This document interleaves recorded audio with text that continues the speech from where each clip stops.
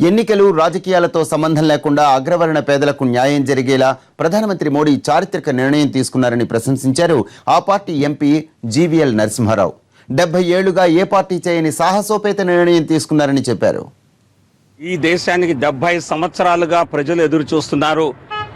ఏరో నాయకుడు వస్తాడు, కులాలకి మతాలకి అతీతంగా పేద ప్రజలకి న్యాయం చేస్తాడని చూసాం. అనేక మంది నాయకులు కులాల పేరుతో మతాల పేరుతో రాజకీయాలు చేశారు.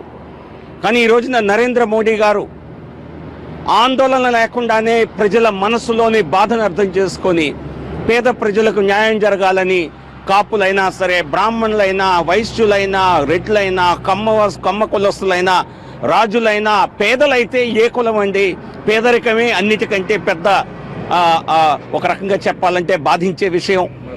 సో కాబట్టి మతాలకు అతీతంగా, కులాలకు అతీతంగా ప్రధానమంత్రి నరేంద్ర మోడీ గారు చేసినటువంటి ఈ విప్లవాత్మక నిర్ణయం ఏదైతే ఉందో ఇది చిరస్మరణీయంగా నిలవబోతోంది. దశాబ్దాలు కాదు, శతాబ్దాల వరకు దీన్ని గుర్తుపెట్టుకునే విధంగా ఉంది.